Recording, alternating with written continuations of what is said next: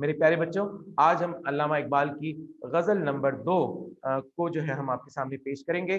یہ ہمارا ایپیسوڈ 2 ہے، جو ہمارے علامہ اقبال کی غزل تھی۔ ایپیسوڈ 1 کے اندر ہم نے پہلی غزل، اور اب ایپیسوڈ 2 کے اندر اب ہم دوسری غزل کا مطالعہ کرنے جا رہے ہیں۔ علامہ اقبال، جنہیں شاعر مشرق، جنہیں حکیم الامت اور نقیب اسلام کے نام سے جانا جاتا ہے، علامہ اقبال کہ جنہوں نے سوئی ہوئی ہندوستان میں قوم کو جگایا، اور ان کی شاعری نہ صرف ہندوستان کے مسلمانوں کے لیے بلکہ عالم اسلام کے لیے ان کی شاعری کو جو ہے وہ سمجھا جانے لگا۔ آپ کی شاعری کو قرآن کی تفسیر کہا جاتا ہے۔ گزشتہ دنوں علامہ اقبال کے بیٹے جاوید اقبال کی تحریر کردہ ایک کتاب جو کہ زود رو کے نام سے موجود ہے، اور بہت ہی عمدہ کتاب، جس کے اندر پوری اقبال کی زندگی کے 4 ادوار کو انہوں نے ذکر کیا۔ وہ اقبال جو پہلے اس اس اس مسلم شاعری اور اس شاعر مشرق سے پہلے جو شاعر تھا، اس کا تذکرہ وہ کرتے ہیں۔ پھر وہ بتلاتے ہیں کس طرح سے انہوں نے اپنے بچپن اور اپنی جوانی اور اپنے دھیڑ عمری، اور پھر اپنا جو ان کی تحریک پاکستان کے اندر جو خدمات، اور عالم اسلام کے لیے جو ان کی خدمات، ایک ایک چیز کا ذکر جو ہے اس کتاب کے اندر ملتا ہے۔ یقین جانیے، جتنا پڑھنے کو ملتا ہے اقبال کے بارے میں، اقبال سے عشق ہو جاتا ہے، اس کی شاعری سے عشق ہو جاتا ہے۔ اور جیسے کہ اقبال کی شاعری کہا نا، قرآن کی تفسیر، تو سچ مانیے، یقین جانیے، اقبال کی شاعری کو پڑھنے کے بعد یہ گمان ہوتا ہے کہ ہم جو ہے وہ قرآن کی حقیقتاً تشریح اور تفسیر جو ہے وہ ہم پڑھ رہے ہیں۔ ابھی اس وقت جو میں آپ کے سامنے غزل پیش کرنے جا رہا ہوں، یہاں پر بھی کچھ ایسی ہی کیفیت ہے کہ ایک عاشق جو ہے وہ اپنی دلی کیفیات کا تذکرہ کر رہا ہے اپنے محبوب سے، اور عاشق یہاں پر علامہ اقبال یعنی شاعر ہے، اور محبوب یہاں پر رب کائنات، رب تعالیٰ ہیں۔ پہلے شعر کے اندر کہتے ہیں کہ تجھے یاد کیا نہیں ہے میرے دل کا وہ زمانہ، وہ ادب گہ محبت، وہ نگاہ کا تازیانہ۔ ایک بات بیٹا، میں نے آپ کو ہمیشہ یہ بات سمجھائی ہے کہ شاعری کے اندر استعمال ہونے والے الفاظ عمومی طور پہ وہ اپنے اصل معنوں میں استعمال نہیں ہوتے، وہ اپنے مجازی معنوں کے اندر استعمال ہو رہے ہیں۔ جیسے یہاں پر ایک لفظ آپ کو تازیانہ نظر آ رہا ہوگا، یہاں بظاہر تازیانہ کے معنی کوڑا ہے، جیسے میں نے کتاب کے اوپر آپ کو لکھا ہوا بھی ہے، میں نے بہت سارے الفاظ کو خط کشید کیا ہوا ہے آپ کی سہولت کے لیے، اور میں نے اس کے اوپر لکھا ہوا کوڑا۔ تو تازیانے کے معنی کوڑا ہے، لیکن یہاں کوڑے کے معنوں میں نہیں لینا ہم نے اس کو، یہاں کن معنوں میں لیا جائے گا میں بھی آپ کے سامنے بیان کرتا ہوں۔ پھر ادب گہ محبت، یعنی آداب محبت۔ ہر چیز کے آداب ہوتے ہیں نا، میں آپ کا استاد ہوں، آپ میرے شاگرد ہیں، میرے اور آپ کے درمیان ایک ادب اور احترام کا رشتہ ہے۔ میں آپ کا ادب اور احترام کرتا ہوں، آپ لوگ میرا ادب اور احترام کرتے ہیں۔ ماں باپ اور اولاد کے درمیان ایک ادب اور احترام کا رشتہ ہوتا ہے، میاں اور بیوی کے درمیان ایک ادب اور احترام کا رشتہ ہوتا ہے، بہن اور بھائی کے درمیان ایک ادب اور احترام کا رشتہ ہوتا ہے۔ محبت کے بھی کچھ تقاضے ہوتے ہیں۔ میں نے آپ کو یاد ہوگا کہ میں نے آپ لوگوں کو پچھلی کلاس کے اندر محبت کو توڑ کے بتایا تھا، اور میں نے کہا تھا میم کے معنی مہر و وفا، اور میں نے بتایا تھا ہے کے معنی حلاوت اور وہ مٹھاس ہے۔ پھر میں نے آپ کو بتایا تھا کہ بے کے معنی بے قراری اور بے چینی ہے۔ پھر میں نے آپ کو بتایا تھا کہ تے کے معنی تر و تازگی ہے۔ تو یہ محبت کے اندر یہ 4 عنصر اگر شامل نہیں ہوں گے تو وہ محبت نہیں ہوتی۔ اور یہاں پر آداب محبت، محبت کے آداب ہی یہی ہیں کہ آپ ان تمام 4 چیزوں کا اگر خیال رکھتے ہیں تو یہ آداب محبت ہیں۔ تو یہاں پر شاعر کہتا ہے تجھے یاد کیا نہیں ہے میرے دل کا وہ زمانہ۔ تو میرے پیارے بچوں، یہاں پر عاشق جو ہے وہ اپنے دلی کیفیات کا تذکرہ یہاں پر کرتے ہوئے کہتے ہیں کہ یہاں پر کہتے ہیں کہ جس طرح سے اگر میں کہوں کہ میں عمرے پر گیا تھا، اور اللہ تعالیٰ نے مجھے کئی بار یہ سعادت نصیب کی کہ میں ناچیز، میں خاکسار عمرے پر گیا۔ بہت سے لوگ ایسے ہوتے ہیں جن کو شاید زندگی میں ایک بار بھی موقع نہ ملا ہو، کچھ لوگ ایسے ہوتے ہیں جن کو زندگی میں ایک بار موقع ملا ہو، لیکن میرا تو ایمان ہے کہ جب مانگا مجھے ملا ہے، اور میں نے اس سے مانگتا رہا اور وہ مجھے دیتا رہا، اور کم و بیش میں کوئی 9-10 سال لگاتار اس پینڈیمک سے پہلے الحمدللہ اللہ کے حکم سے عمرے پر جاتا رہا۔ اب میں اگر اپنی کیفیات بتاؤں آپ کو کہ جب میں عمرے پر گیا اور میں جب وہاں حرم پاک کو جب میں نے دیکھا، خانہ کعبہ کو جب اپنی نگاہوں کے سامنے دیکھا، تو میری محبت کی اللہ کے ساتھ کیا کیفیت ہوگی، کیا عالم ہوگا میرے ایمان کا، کتنا میرا ایمان قوی ہوگا اس وقت۔ روزہ رسول پر جب میں نے حاضری دی تو روزہ رسول پر موجود ہونے کے بعد اپنے ایمان کو جب میں نے ٹٹولا تو میرا ایمان جو ہے وہ 100% جو ہے وہ ایمان میرا نظر آ رہا تھا.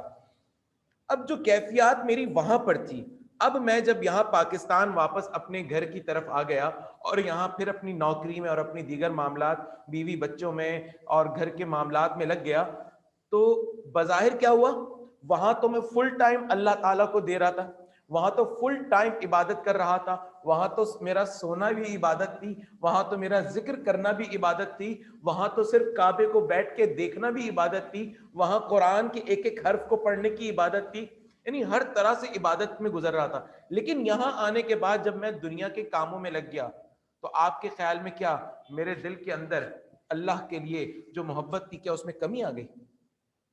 یقیناً نہیں آئی. بھائی دنیا کے کاموں میں لگ گیا، نوکری میں لگ گیا، کچھ ضروریات میں لگ گیا، بیوی بچوں کی دیکھ بھال میں لگ گیا، تو اس کا مطلب یہ ہرگز یہ تو نہیں ہے کہ میں جو ہے وہ اللہ تعالیٰ سے غافل ہو گیا ہوں، میری محبت اللہ تعالیٰ کی جو میرے دل کے اندر موجود تھی وہ کم ہو گئی، ایسا تو نہیں ہے نا. تو یہی بات شاعر اس شعر کے اندر کہہ رہا ہے، کہتا ہے تجھے یاد کیا نہیں ہے میرے دل کا وہ زمانہ. عاشق جو ہے وہ اپنے محبوب یعنی ایک شاعر اپنے رب کو کہتا ہے اے اللہ وہ دن یاد کر اے اللہ جب اس دل کے اندر تیری محبت کتنی یعنی تر و تازگی کے ساتھ موجود تھی، کتنی شدت کے ساتھ موجود تھی. اے اللہ آج بھی اتنی ہے، آج بھی وہی کیفیت ہے، کمی نہیں آئی اس کے اندر کوئی. ہاں یہ ضرور ہے کہ ہم کچھ دنیا کے ضروری کاموں میں مصروف ہو گئے ہیں، یہ ضرور ہے، لیکن محبت آج بھی وہی ہے.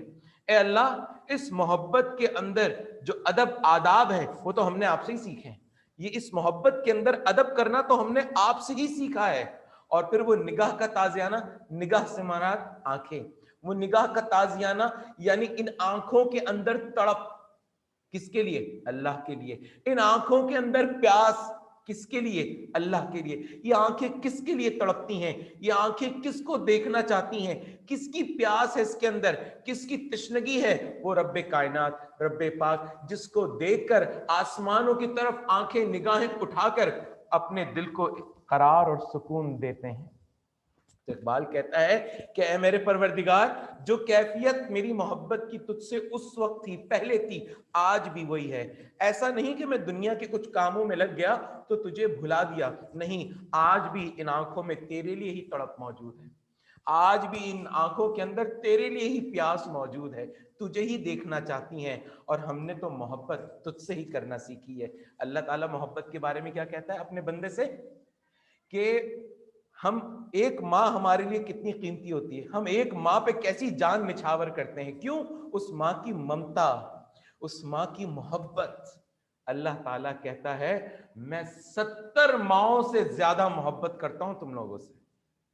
70 ماں. اچھا عربی میں لفظ 70 جو ہے یہ محاورہ ہے، اس کا مطلب ہوتا ہے انلمیٹڈ. جب ہم کہنا چاہتے ہیں نا انلمیٹڈ تو ہم کہتے ہیں 70. تو اللہ تعالیٰ کہتا ہے میں 70 ماؤں سے زیادہ محبت تم سے کرتا ہوں. تو سوچو اس کی محبت کا عالم کیا ہے. تو ہم نے بھی اسی سے محبت کرنا سیکھی ہے، ہم بھی تجھ سے ایسی ہی محبت کرتے ہیں. اللہ تعالیٰ اس پہلے شعر کے اندر اقبال یہ بات کہنا چاہتے ہیں. پھر دوسرے شعر کے اندر کہتے ہیں نہیں اس کھلی فضا میں. اچھا یہ لفظ فضا ہے، اکثر لوگ اس کو غلط پڑھتے ہیں، فضا پڑھتے ہیں. اس کی صحیح پروناؤنسیشن، اس کی صحیح تلفظ جو ہے وہ فضا ہے. نہیں اس کھلی فضا میں کوئی گوشۂ فراغت. گوشہ کہتے ہیں کوئی بھی کونا کھدرا، خالی کوئی کارنر، کوئی جگہ، ٹھیک ہے. کوئی گوشہ ہے. فراغت کسے کہتے ہیں؟ فراغت ضد ہے مصروفیت کی. فراغت کے معنی ہوتے ہیں آزادی. جب آپ بالکل فارغ ہوتے ہو، بالکل آزاد ہوتے ہو، کوئی ٹینشن آپ کے اوپر نہیں ہوتی ہے. تو اقبال کہتا ہے اس دنیا میں کوئی جگہ ایسی نہیں ہے، کوئی کونا ایسا نہیں ہے جہاں پر کیا موجود، جہاں انسان بالکل فارغ ہو، جہاں انسان کے اوپر کوئی ٹینشن نہ ہو. آپ نے ای سی جی کی رپورٹس تو دیکھی ہوں گی. ای سی جی کی جب سیدھی لکیر آ رہی ہوتی ہے، وہ جو دل کی لکیریں آ رہی ہوتی ہیں، اگر وہ سیدھی ہو تو اس کا کیا مطلب ہے؟ موت، بندہ مر گیا. اس لکیروں میں جہاں اپ اینڈ ڈاؤنس آتے ہیں، کبھی یہ لکیر اوپر جاتی ہے، کبھی یہ لکیر نیچے آتی ہے، تو اس لکیر کے اوپر جانے اور نیچے آنے کا مطلب کیا ہے؟ کبھی محسوس کیا؟ اوپر جانے کا مطلب ہے خوشیاں، اور نیچے آنے کا مطلب ہے غم، دکھ، پریشانیاں. زندگی کے اندر یہ خوشیاں، یہ پریشانیاں، یہ خوشیاں، یہ پریشانیاں آتی جاتی رہیں گی. کوئی انسان یہ نہیں کہہ سکتا کہ میں اس دنیا میں آیا ہوں تو کوئی غم دکھ پریشانی میرے ذمے کوئی ہے ہی نہیں. نہیں، اقبال کہتا ہے اس دنیا میں کوئی جگہ ایسی ہے ہی نہیں جو انسان یہ کہے کہ وہاں غموں سے، پریشانیوں سے، دکھوں سے، آلام سے آزاد ہوگا. ایسی کوئی جگہ نہیں ہے. نہیں اس کھلی فضا میں کوئی گوشہ فراغت. سمجھے نا اس بات کو؟ یعنی دنیا کے اندر کوئی ایسی جگہ نہیں ہے جہاں کوئی ٹینشن، کوئی دکھ، پریشانی، کوئی غم وہاں پر موجود نہ ہو. ٹھیک ہے. اس کے بعد کہتے ہیں کہ یہ عجب، یہ جہاں مانے دنیا، یہ جہاں عجب جہاں ہے، نہ قفس نہ آشیانہ. یہ دنیا بھی عجیب دنیا ہے، نہ مکمل قید ہے کہ تم کسی قید کے اندر ہو، پابند ہو، نہ آشیانہ ہے. یہاں آشیانہ کے معنی تو گھونسلے کے ہوتے ہیں، لیکن یہاں پر گھونسلہ سے مراد نہیں ہے، یہاں سے مراد آزادی ہے. نہ ایسا ہے کہ تم آزاد ہو، نہ ایسا ہے کہ تم قید ہو. یعنی قید اور آزادی کی بیچ کی کیفیات کے اندر تم گزر رہے ہو، اپنی زندگی گزار رہے ہو. تو یہ دوسرا شعر تھا جو میں نے آپ کے سامنے بیان کیا. اس کے بعد تیسرا شعر میں آپ کے گوش گزار کرنے لگا ہوں. میرے ہم سفیر اسے بھی عصر بہار سمجھے، انہیں کیا خبر کہ کیا ہے نوائے آشکانہ. میرے پیارے بچوں، سب سے پہلے تو ہم سفیر کا مطلب سمجھیے. ابھی اگر میں کہوں ہم جماعت، تو ہم جماعت کا مطلب ایک جماعت کے، ایک کلاس کے لوگ. ہم عمر کے معنی ایک عمر کے لوگ. ٹھیک ہے نا. ہم محلہ تو ایک ہی محلے کے لوگ. ٹھیک ہے نا. اسی ہم مرتبہ ایک ہی مرتبے کے لوگ، ایک ہی سٹیٹس کے لوگ. یہاں لکھا ہم سفیر کے معنی ہوتے ہیں دوست، ساتھی، ٹھیک ہے، رفیق. تو کہتے ہیں میرے ہم سفیر اسے بھی عصر بہار سمجھے. عصر کرنا کسے کہتے ہیں؟ عصر کے معنی ہوتے ہیں جب جیسے میں کہوں کہ میری باتوں کا تم پر اثر ہو رہا ہے، تو کیا پڑ رہا ہے؟ کہ اثر کا مطلب کیا ہوا؟ میری باتوں کا تم پہ امپیکٹ پڑ رہا ہے، میری باتوں کا تم پہ افیکٹ پڑ رہا ہے. ٹھیک ہے نا. تو جیسے بھی ایک بچے نے مجھ سے پوچھا سر قفس کے کیا معنی؟ قفس کے معنی پنجرا ہوتا ہے بیٹا. ٹھیک ہے. اور یہاں اس سے مراد جو ہے وہ قید ہے. ٹھیک ہے. تو میں شعر کے اندر بتا رہا تھا کہ ہم سفیر، میرے ہم سفیر یعنی میرے دوست، میرے ساتھی جو ہے سمجھ رہے ہیں یہ بہار کے موسم کا اثر ہے. موسم کے اثرات ہوتے ہیں، کبھی محسوس کیا آپ لوگوں نے؟ ابھی سردی کے موسم شروع ہو گیا تو آپ سب لوگ جو ہیں وہ گرم کپڑے پہننا شروع کر دیتے ہیں.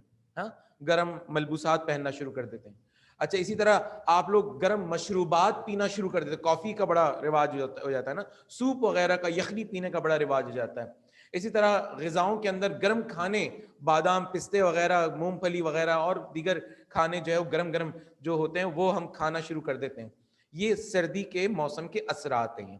اسی طرح اگر گرمی کا موسم آ جائے تو گرمی کے موسم میں کیا ہوتا ہے؟ ہم لوگ ٹھنڈے مشروبات پینا شروع کر دیتے ہیں، ہم ہلکے پھلکے کپڑے پہننا شروع کر دیتے ہیں. اسی طریقے سے ہم کھانے پینے کے اندر بھی جو ہے وہ ہلکا پھلکا، جو بس لائٹ موڈ کھانا ہو وہ کھانا ہم پسند کرتے ہیں. تو موسم کے اثرات ہوتے ہیں. اب اسی طرح سے ذرا نوٹ کرو کہ رمضان کے مہینے میں، رمضان بھی ایک موسم ہے نا، اس موسم کے اندر کیفیت کیا ہوتی ہے؟ جو پورے سال قرآن نہیں پڑھتا وہ بھی قرآن پڑھ رہا ہے، اور ایک نہیں، دو بار، تین بار قرآن کی تکمیل کر رہا ہوتا ہے. کبھی وہ امام صاحب کے پیچھے کھڑے ہو کے تراویح پڑھ رہا ہوتا ہے، تو کبھی جو ہے وہ رات کے وقت میں جو ہے بیٹھا قرآن 1 پارہ اور 2 پارہ اور 3 پارہ جو ہے وہ مکمل کرنے کی کوشش کر رہا ہوتا ہے. وہ شخص جس نے کبھی نماز نہ پڑھی ہو جمعے کے علاوہ، عید کے علاوہ، وہ بھی جناب 5 وقت کی نمازیں پڑھنے لگ رہا ہوتا ہے. وہ شخص جس نے پورے سال کبھی ایک روزہ نہ رکھا ہو، وہ شخص بھی جو ہے وہ معلوم ہوا کہ جناب روزہ رکھ رہا ہے. تو معلوم ہوا کہ جناب یہاں تو کیفیات یہ ہیں کہ لوگ جو ہیں وہ نماز روزے کے پابند ہو جاتے ہیں کیونکہ ایک موسم آ گیا ہے. تو یہ موسم کے اثرات. تو اقبال کہتا ہے میرے دوست یہ سمجھ رہے ہیں کہ مجھ پر موسم کے آج کل اثرات پڑ گئے ہیں. کیوں؟ کیونکہ اقبال ایک ایسی شاعری کر رہا ہے جس کے اندر عشق حقیقی نظر آ رہا ہے. کیا نظر آ رہا ہے اس کے اندر؟ عشق حقیقی، اللہ سے عشق کا انداز نظر آ رہا ہے. تو لوگ سمجھ رہے ہیں کہ یہ بھی کوئی موسم کا اثر ہے. ہم کبھی کبھی ذرا تھوڑے سے مولوی بن جاتے ہیں نا، تو لوگ اقبال کو اس کے دوست دیکھ کے سمجھ رہے ہیں اچھا یہ ابھی موسم کا اثر ہے جو یہ شعر شاعری کر رہا ہے، یہ موسم کا اثر ہے. اقبال کہتا ہے یہ موسم کا اثر نہیں ہے، یہ موسم کا اثر نہیں ہے، یہ تو جناب میرے دل کی کیفیات ہی ہیں. یہ تو میری عشق کی کیفیت ہے، یہ تو میرے عشق کا انداز ہے. یہ وہ لکھا ہے نوائے عاشقانہ. تو نوائے عاشقانہ کا مطلب کیا ہے؟ نوائے عاشقانہ کا مطلب ہے عشق کی آواز. یہ تو میرے اندر سے عشق کی آواز نکل رہی ہے. میں تو اپنی شاعری کے ذریعے سے لوگوں کو اپنی زندگی کا مقصد بتا رہا ہوں کہ اس زندگی کا مقصد کیا ہے. میں تو شاعری کے ذریعے سے لوگوں کو اللہ کا پیغام دے رہا ہوں. لوگ کہہ رہے ہیں تم پر یہ موسم بہار کا اثر ہے. یہ موسم بہار کا اثر نہیں ہے مجھ پہ، یہ تو میری عشق کی کیفیات ہیں جو میرے اندر موجود ہیں، جو میں تم تک پہنچانے کی بات کر رہا ہوں. اور لوگ ہیں کہ میری شاعری سے کیا کر رہے ہیں؟ لطف اندوز ہو رہے ہیں، مزے لے رہے ہیں میری شاعری کے، انہیں اچھی لگ رہی ہے میری شاعری، لیکن میرے مقصد کو فراموش کر رہے ہیں، میرے مقصد کو بھول رہے ہیں، میرے مقصد کو نہیں سمجھ رہے یہ لوگ. میں کیا کہنا چاہ رہا ہوں اس بات کو یہ لوگ سمجھنا نہیں چاہ رہے، حالانکہ وہ یہ سمجھتے ہیں کہ یہ ایک موسم کا اثر، اور میں کہتا ہوں یہ موسم کا اثر نہیں، یہ تو عشق کی کیفیت ہے یہ جو میں آپ کے سامنے شاعری کر رہا ہوں.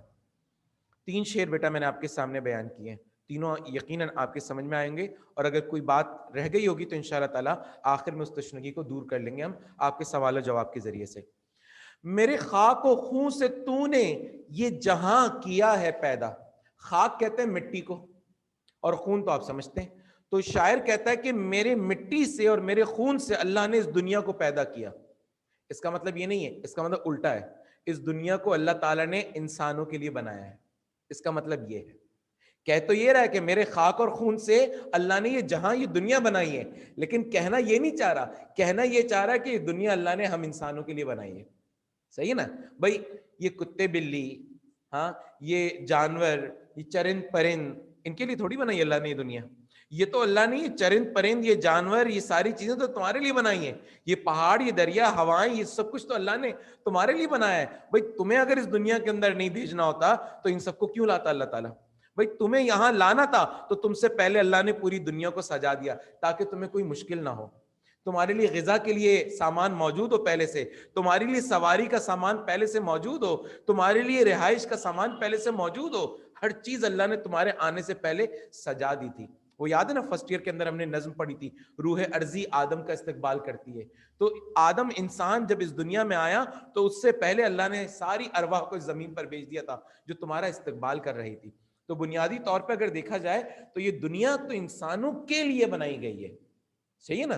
تو یہاں پر شاعر یہی کہتا ہے کہ میرے خاک و خون سے تو نے یہ جہاں کیا ہے پیدا. صلہ شہید کیا ہے؟ اچھا شہید کسے کہتے ہیں؟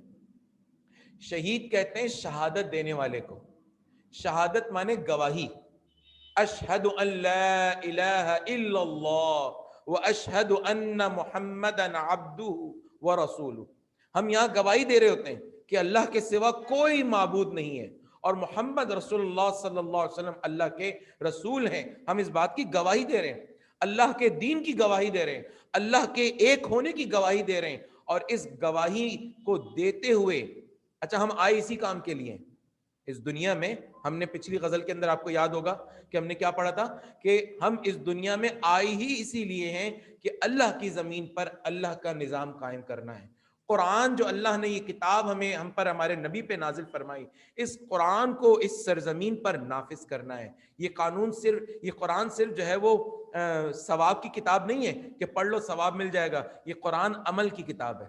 اس کا موضوع انسان ہے، اور انسان جو اس قرآن کے اوپر چلا ہے تو اللہ نے اسے کامیابی سے ہمکنار کیا ہے. تو اللہ تعالیٰ کے اس دین کو پھیلانے کے لیے جب آپ اللہ کے راستے میں مارے جاتے ہیں تو فرمایا قرآن کے اندر کہ ان کو مردہ نہ کہو، یہ تو شہید ہیں، یہ تو زندہ ہیں.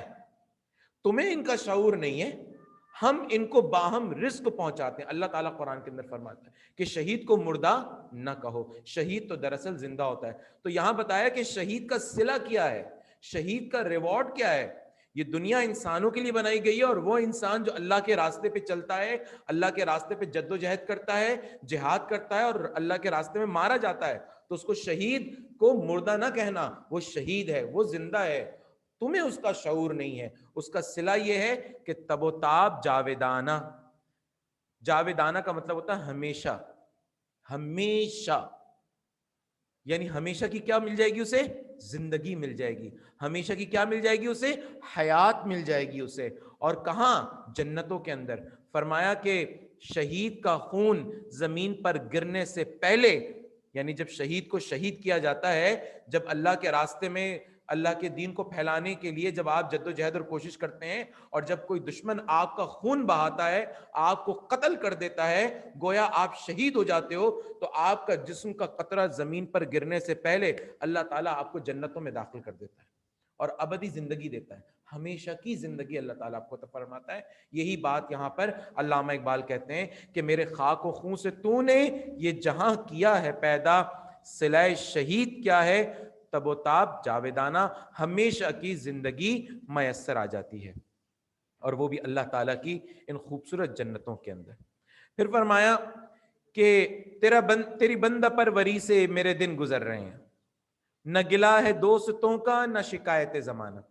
اب یہاں پر جو بات ہو رہی ہے وہ کیا ہو رہی ہے کہ اللہ تعالیٰ بڑا بندہ پرور ہے، بڑا سخی ہے اللہ تعالیٰ، بڑا فیاض ہے اللہ تعالیٰ، اللہ کی سخاوت کی کوئی انتہا نہیں ہے۔ یعنی میں جب کبھی اپنے آپ کو دیکھتا ہوں تو میں اپنے ہاتھوں کو دیکھتا ہوں، میں اپنے جسم کو دیکھتا ہوں، تو خدا کی قسم سوچتا ہوں اگر میں صرف ایک ایک چیز کا شکر ادا کرنا شروع کر دوں تو میں ختم ہو جاؤں گا، میری زندگی ختم ہو جائے گی، لیکن اللہ تعالیٰ کی انعامات ختم نہیں ہوں گی۔ میں صرف اگر اپنے جسم سے شروع کروں، پھر اپنے جسم سے منسلک چیزوں کو اگر دیکھو صحت مند زندگی یہی اللہ تعالیٰ کی بہت بڑی نعمت ہے، تمہیں کوئی معذوری نہیں دی اللہ تعالیٰ نے، بہترین قسم کا جسم اللہ تعالیٰ نے تمہیں عطا کیا۔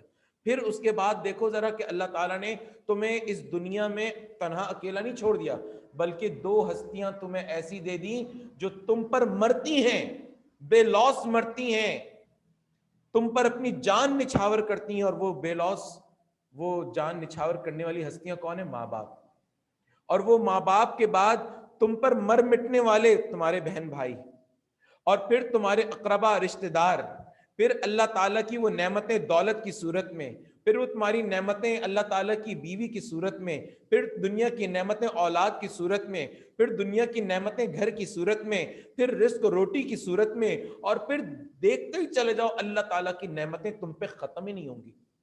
یار جب اتنے مزے میں انسان موجود ہو پھر شکوہ کس بات کا، شکایت کس بات کا؟ پھر تو بس اللہ کی اس بادشاہی کے اندر تو پھر مزے لوٹو بس، پھر لوگوں سے شکوے شکایت کرنا چھوڑ دو یار۔ زندگی کتنی پڑی ہے یار، کس کو پتا تمہیں کتنی دن زندہ ہو، کتنے لمحے کے لیے زندہ ہو، کسی کو پتا نہیں اگلے لمحے میری موت ہو، کسی کو ہو سکتا ہے 10 سال بعد ہو، کسی کو پتا 100 سال بعد ہو۔ وہ موسیٰ علیہ السلام کا ایک واقعہ ہے نا کہ موسیٰ علیہ السلام جو ہے وہ جا رہے تھے تو ایک بوڑھی عورت جو ہے وہ درخت کے نیچے بیٹھی ہوئی تھی، تو موسیٰ علیہ السلام جب وہاں سے گزرے تو انہوں نے موسیٰ علیہ السلام کو روک کے اور کہا کہ موسیٰ کہاں جاتے ہیں آپ؟ کہا اللہ تعالیٰ کے پاس جا رہا ہوں کوہ طور پہ، اور ان سے جو ہے وہ ہم کلام ہونے جا رہا ہوں، کیونکہ آپ کو پتہ ہے کلیم اللہ کا لقب تھا ان کا، اللہ سے گفتگو کرتے تھے موسیٰ علیہ السلام۔ تو کہہ لی میرا ایک مسئلہ اللہ کے پاس لے جائیں۔ کہا بتاؤ کیا مسئلہ ہے؟ کہا مسئلہ یہ کہ اللہ تعالیٰ ہمیں اولاد دیتا ہے، ہماری اولادیں ابھی 900 1000 سال جیتی ہیں کہ پھر مر جاتی ہیں۔ اب 900 1000 سال تو بہت کم ہے نا، اللہ تعالیٰ سے کہیں جب ہمیں اولاد دی ہی ہے تو ذرا کوئی 3-4 ہزار سال کے لیے ہمیں اولادیں، ان کی زندگیاں ہمیں دیں، ان کی خوشیاں ہم ذرا دیکھیں، ذرا اندازہ لگائیے۔ تو موسیٰ علیہ السلام نے کہا کہ اماں تمہارے بعد ایسی قومیں آئیں گی جن کی اوسط عمر 60 سال ہوگی، 60 ایئرس۔ تو اماں کہنے لگی ہیں ایسا ہوگا؟ اگر ایسا ہو تو میں تو صرف اس درخت کے نیچے زندگی گزار دوں 60 سال، یعنی ان کی نظر میں 60 سال کچھ بھی نہیں، تو اسی درخت کے نیچے گزار لوں، گھر کیا بنانا، آگے کے کیا معاملات کیا کرنے۔ لیکن ہم انسانوں کو دیکھو ذرا، اس 60-70 سال کے اندر بھی پوری دنیا خرید لینا چاہتے ہیں، دنیا سے محبت کر بیٹھتے ہیں، دولت سے محبت کر بیٹھتے ہیں، ذرا سی زندگی ملی ہے اور بڑے بڑے پلان کر کے بیٹھے ہوئے ہوتے ہیں۔ او بھیا پلان وہاں کے لیے کرو جہاں جانا ہے، جہاں ہم نے جانا وہاں کے لیے تو ہم پلان کرتے نہیں ہیں، اور جہاں نہیں جانا، جہاں نہیں رہنا، ساری پلاننگ اس کے لیے ہوتی ہے۔ آج بھی دیکھ لو، جس بچے کو اٹھا کے دیکھ لو، تم اس سے پوچھ لو، کسی کی پلاننگ کے اندر آخرت نہیں ہوگی، نہیں ہوگی۔ وہ یہ بتائے گا میں انجینئر بنوں گا، میں ڈاکٹر بنوں گا، میں یہ بنوں گا، میں وہ بنوں گا، میں اتنی دولت کما لوں گا، میں یہ کر لوں گا، لیکن کوئی یہ نہیں بتا رہا ہوگا کہ میں آخرت میں اپنے لیے اتنے محل کھڑے کروں گا، میں آخرت کے لیے اتنی نیکیوں کے پہاڑ کھڑے کروں گا، یہ کوئی نہیں بتائے گا تمہیں۔ آخرت کی تیاری وہ تو ہمارے کہیں ذہنوں میں ہے ہی نہیں۔ دنیا کی تیاری یعنی جو قریب کی چیز ہے اس کے لیے تو سب کچھ کر رہے ہیں، اور وہ جو دور کی چیز ہے آخرت، اس کے لیے تیاری کوئی نہیں کر رہا۔ تو اقبال کہتا ہے تیری بندہ پروری میں میرے دن گزر رہے ہیں، اے اللہ میں تو تیری بادشاہی میں، تیری اس عنایات میں، سخاوت میں، فیاضی میں تو بڑے مزے سے زندگی جی رہا ہوں، بہت مزے سے زندگی گزار رہا ہوں۔ نہ گلا ہے دوستوں کا، نہ شکایت زمانہ، نہ مجھے کوئی دوستوں سے شکوہ شکایت ہے، نہ زمانے سے کوئی شکوہ شکایت ہے، میں کسی سے شکوہ شکایت نہیں کر رہا۔ تو میرے پیارے بچوں، یہاں آپ نے جیسا کہ دیکھا کہ میں نے آپ کے سامنے یہ غزل مکمل کی ہے جو بھی آپ نے پڑھی۔